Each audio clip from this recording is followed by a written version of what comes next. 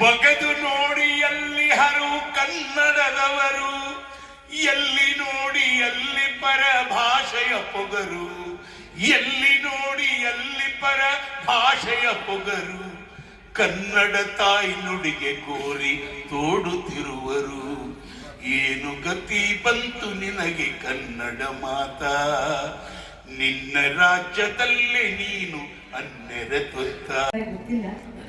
ನಾವು ಹೆಮ್ಮೆ ಪಡೆಯಬಹುದು, ಶಾಸ್ತ್ರೀಯ ಪದ ಇರ್ಬೋದು, ಯಾವುದೇ ಪದ ಇರ್ಬೋದು, ಕನ್ನಡ ಪದಕ್ಕೆ ತಮ್ಮದೇ ಆದ ರಾಗವನ್ನ. ಇಲ್ಲದ ದೇವರ ಕಲ್ಲು ಮಣ್ಣಿನ ಗುಡಿಯೊಳಗೆ ಇಲ್ಲೇ ಇರುವ ಪ್ರೀತಿ ಸ್ನೇಹಗಳ ಗುರುತಿಸದಾದೆವು ನಮ್ಮೊಳಗೆ. ಎಲ್ಲಿದೆ ಬಂಧನ, ಎಲ್ಲಿದೆ ನಂದನ, ಎಲ್ಲ ಇರುವುದು ನಮ್ಮೊಳಗೆ. ಒಳಗಿನ ತಿಳಿಯಲು ಕಲಕದೆ ಇದ್ದರೆ ಅಮೃತದ ಸವಿ ಇದೆ ನಾಲಿಗೆ. ಎಂತ ಅದ್ಭುತವಾದಂತ ಮಾತು.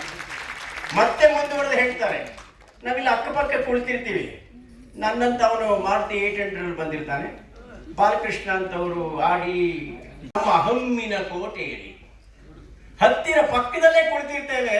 ಹೃದಯಗಳು 1000 ಕಿಲೋಮೀಟರ್ ಡಿಸ್ಟೆನ್ಸ್ ಇರುತ್ತೆ. ಕಾರಣ ಅಹಂ ಅನ್ನುವಂತ ಅಹಂಕಾರ ಅಲಂಕಾರ ಅಲ್ಲ ಅಂತ ಹೇಳ್ತಾನೆ ಆದಿಕವಿ ಪಂಪ. ಹಾಗೆ ಹತ್ತಿರವಿದ್ದರೂ ದೂರ ನಿಲ್ಲುವೆವು ನಮ್ಮ ಅಹಮ್ಮಿನ ಕೋಟೆಯಲ್ಲಿ. ಎಷ್ಟು ಕಷ್ಟವೋ ಹೊಂದಿಕೆ ಎಂಬುದು ಈ 3 ದಿನದ ಬಾಳಿನಲ್ಲಿ, ಈ 4 ದಿನದ ಬಾಳಿನಲ್ಲಿ. ಈ ಬಾಳಿನಲ್ಲಿ ಹೊಂದಾಣಿಕೆ ಎನ್ನುವಂತಹದ್ದು, ಬಂಧನ ಅನ್ನುವಂಥದ್ದೇ ಇಲ್ಲ. ಎಲ್ಲರೂ ಸಹ ನಾನು ನಾನು ನಾನು. ಮೊದಲು ಗುರುವೇ ನಮಃ ಗುರುವೇ ನಮಃ ಅಂತ ಇದ್ರು. ಈಗ ನಾನೇನು ಇವನೇನು ಮಹಾ ಅವನೇನು ಮಹಾ ಅಂತ ಹೇಳ್ಕೊಳ್ತೀನಿ. ಇಷ್ಟು ಮಾತನ್ನ ಈ ಸಂದರ್ಭ ಮಾತನಾಡುವ ಬದಲಿಗೆ ನಮ್ಮ ಭಾಷೆ, ತಾಯಿ ಭಾಷೆಯಲ್ಲಿ ಮಾತನಾಡೋಣ, ಅದರಲ್ಲಿ ಯೋಚನೆ ಮಾಡೋಣ, ಚಿಂತನೆ ಮಾಡೋಣ. ವಿಶೇಷವಾಗಿ ನೀವೆಲ್ಲ ಕನ್ನಡಿಗರಿಗೆ ಸಾಕಷ್ಟು ಉದ್ಯೋಗಗಳನ್ನು ಕೊಟ್ಟಿದ್ದೀರಿ. ಇವತ್ತು ಈ ಉದ್ಯಮದ ಒಂದು ಸವಾಲು ಅಂದರೆ ನೀವೆಲ್ಲ ಕನ್ನಡದ ನಾಮಫಲಕಗಳನ್ನು ಹಾಕಬೇಕು. ನಿಮ್ಮ ಕಚೇರಿ, ನಿಮ್ಮ ಉದ್ಯಮ ಕೈಗಾರಿಕೆಗಳಲ್ಲಿ ಕನ್ನಡಿಗರಿಗೆ ಆದ್ಯತೆ ಕೊಡಬೇಕು, ಕನ್ನಡ ಭಾಷೆಯನ್ನು ಬೆಳೆಸಬೇಕು. ಈಗ ಕಾರ್ಯಕ್ರಮವನ್ನು ಪ್ರಾರಂಭ ಮಾಡುವಂತಹ ಸಮಯ. ಮರೆಯೋದುಂಟೆ ಮೈಸೂರು ದೊರೆಯ ಶ್ರೀ ನಾಲ್ವಡಿ ಗಣ್ಯರಿಂದ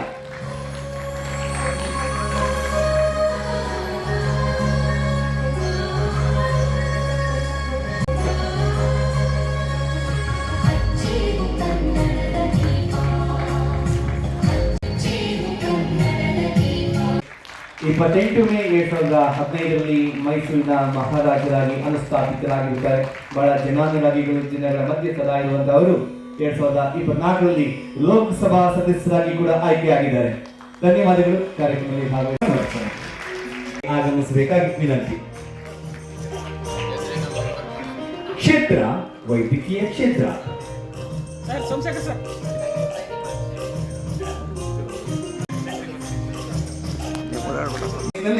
ಭಾರತೀಯ ಚಿತ್ರರಂಗದ ದಿಗ್ಗಜ, ಸಂಗೀತ 87 ತನಕ ಲೈಸಿತ ಸರ್ಕಾರಿ ಕೆಲಸಗಳ ಅನೇಕ 25 ವರ್ಷಗಳಿಂದ ಸಮಾಜ ಸೇವೆ ಹಾಗೂ ಶಿಕ್ಷಣ, ಉದ್ಯಮಿ, ಒಕ್ಕಲಿಗ ಇಲ್ಲ ಅಂತ ಮನೆ ಮಾತಾಗಿದೆ. ಅಷ್ಟು ಪ್ರಸಿದ್ಧಿ. ವ್ಯಾಪಾರದೊಂದಿಗೆ ಸಮಾಜ ಸೇವೆ ಹಾಗೆ ಗೋ ಬಗ್ಗೆ ಜಾಗೃತಿ ಜೊತೆಗೆ ಶಾಲಾ ಶಿಲ್ಪಗಳಲ್ಲಿ ವಿಶಿಷ್ಟ ನೈಪುಣ್ಯ ಹೊಂದಿದ್ದು ಪರಂಪರೆಯ ಶಿಲ್ಪಗಳಿಗೆ ಆಧಾರವಾದ ಶಿಲ್ಪ. ದಯವಿಟ್ಟು ಮೊದಲ ಸಮೂಹ ಭಾವಚಿತ್ರಕ್ಕೆ ಮಾಜಿ ಅಧ್ಯಕ್ಷರು, ಅದಾದ ನಂತರ 2ನೇ ಭಾವಚಿತ್ರಕ್ಕೆ ಮಹಿಳಾ ಅಧ್ಯಕ್ಷರಾಗಿ ಇವತ್ತು ತಮ್ಮ ನಾಯಕತ್ವವನ್ನು ಮುಂದುವರಿತಾ ಇದ್ದಾರೆ. ಅವರಿಗೆ ನಾನು ಅಭಿನಂದನೆಗಳನ್ನು ಸಲ್ಲಿಸುತ್ತಾ, ಪ್ರಧಾನ ಭಾಷಣಕಾರರಾದಂಥ ಡಾಕ್ಟರ್ ಶಾಲಿನಿ ಅವರೇ, MG ಬಾಲಕೃಷ್ಣ ಅವರೇ, ರಾಜೇಂದ್ರ ಕುಮಾರ್ ಅವರೇ, ಉಪಸ್ಥಿತರಿರುವ ಎಲ್ಲ ಮಾಜಿ ಅಧ್ಯಕ್ಷರೇ, ಇವತ್ತು ನಮ್ಮ ಕರ್ನಾಟಕ ವಾಣಿಜ್ಯ ಮತ್ತು ಕೈಗಾರಿಕೆ ಮಹಾಸಂಸ್ಥೆಯ ಒಂದು ಇತಿಹಾಸ ಗೊತ್ತಿದೆ. ನಮ್ಮ ಮೈಸೂರು ಸಂಸ್ಥಾನದ ಕಾಲದಲ್ಲಿ ಇದು ಸೃಷ್ಟಿಯಾಗಿರ್ತಕ್ಕಂಥ ಒಂದು ಸಂಸ್ಥೆ. ಎಲ್ಲ ಅಂದಿನ ಕಾಲದಲ್ಲಿ ಉದ್ಯಮಿಗಳು, ಕೈಗಾರಿಕೆ ಮತ್ತು ವಾಣಿಜ್ಯ ಸಂಸ್ಥೆ ಎಲ್ಲರಿಗೂ ಕೂಡ ಒಂದು ರೀತಿಯ ಒಂದು ಸಂಘಟನೆ ಮತ್ತು ಆ ಸಂಘಟನೆ ಮೂಲಕ ಆಡಳಿತಕ್ಕೆ ಮತ್ತು ಅಂದಿನ ಸರ್ಕಾರ ಒಂದು ಸಲಹೆ, ಮಾರ್ಗದರ್ಶನ ಮತ್ತೆ ತಮ್ಮದೇ ಆದಂತಹ ಒಂದು ಅಭಿಪ್ರಾಯ ಕೊಡೋದಕ್ಕೆ ಒಂದು ವೇದಿಕೆಯನ್ನು ರೂಪಿಸಬೇಕು ಅಂತ ಆ ದಿಕ್ಕಿನಲ್ಲಿ ಅವರು ಪ್ರಾರಂಭ ಮಾಡಿ ರಾಜ್ಯೋತ್ಸವವನ್ನು ಆಚರಣೆ ಮಾಡ್ತಾ ಇದ್ದೀವಿ. ಇದು ನಿಜಕ್ಕೂ ರಾಜ್ಯೋತ್ಸವಕ್ಕೂ FKCCIಗೂ ಏನು ಸಂಬಂಧ ಅಂತ ಹೇಳಿ, ಆ ರಾಜ್ಯೋತ್ಸವಕ್ಕೆ ಒಂದು ಅಥವಾ ಅಂದಿನ ಕಾಲದಲ್ಲಿ ಆ ಕರ್ನಾಟಕದ ಏಕೀಕರಣಕ್ಕೆ ಒಂದು ಪ್ರೇರಣೆ ಕೊಡೋ ದಿಕ್ಕಿನಲ್ಲಿ ಈ ಒಂದು ಸಂಸ್ಥೆಯನ್ನು ಕೂಡ ಅವರು ಶುರು ಮಾಡಿದ್ರು. ಯಾಕಂದ್ರೆ 1915ರಲ್ಲಿ ಕರ್ನಾಟಕ ಮಾಡಿದ್ರು. ಯಾಕಂದ್ರೆ ಹಿಂದೆ ಎಲ್ಲ ಕನ್ನಡ ಮಾತಾಡುವ ಕ್ಷೇತ್ರ ಒಂದಾಗಿರ್ಲಿಲ್ಲ. ಬಹುಶಃ ಇತಿಹಾಸದಲ್ಲಿ ವಿಜಯನಗರ ಸಾಮ್ರಾಜ್ಯ ನಿಜಕ್ಕೂ ನಾವು ಹೇಳಬೇಕಾಗಿರೋದು ಕರ್ನಾಟ ಸಾಮ್ರಾಜ್ಯ ಅಂತ ಎಲ್ಲ ಶಾಸನಗಳ ಉಲ್ಲೇಖ ಮಾಡಿ ಎಲ್ಲದರಲ್ಲೂ ಯಾವುದೇ ರೀತಿ ವಿಜಯನಗರ ಬರೀ ಅದರ ರಾಜಧಾನಿ, ಆದರೆ ಅದು ಕರ್ನಾಟ ಸಾಮ್ರಾಜ್ಯ ಅಂತ ಅವರು ಉಲ್ಲೇಖ ಮಾಡ್ತಾರೆ.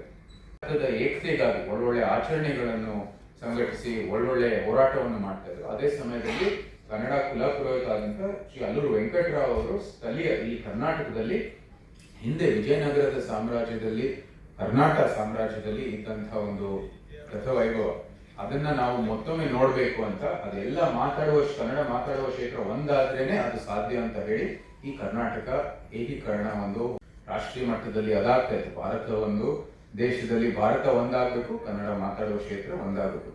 ನಿಜಕ್ಕೂ ನೀವು ಇರೋದು ಕನ್ನಡಿಗರ ಒಂದು ಪಾರಂಪರಿಕ ಸಂಸ್ಕೃತಿ, ಅದಕ್ಕೆ ಅನುಗುಣವಾಗಿ ಸದಾಕಾಲದಿಂದ ಇರುವಂತದ್ದು.